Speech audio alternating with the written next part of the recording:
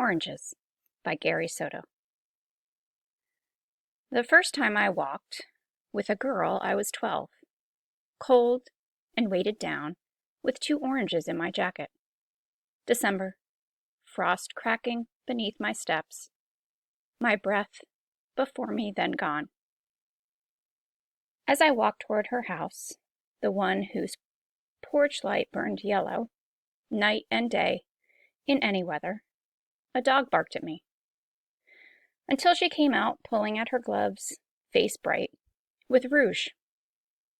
I smiled, touched her shoulder, and led her down the street, across a used car lot and a line of newly planted trees, until we were breathing before a drugstore.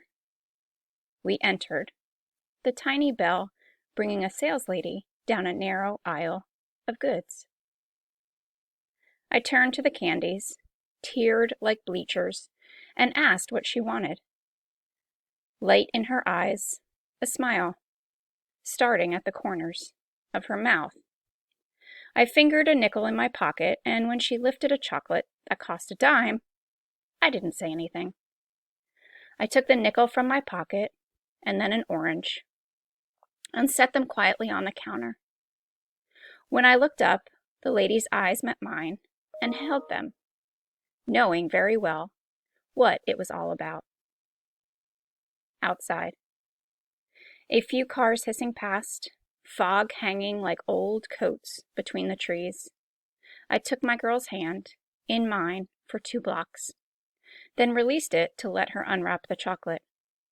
I peeled my orange that was so bright against the gray of December that, from some distance, someone might have thought I was making a fire in my hands.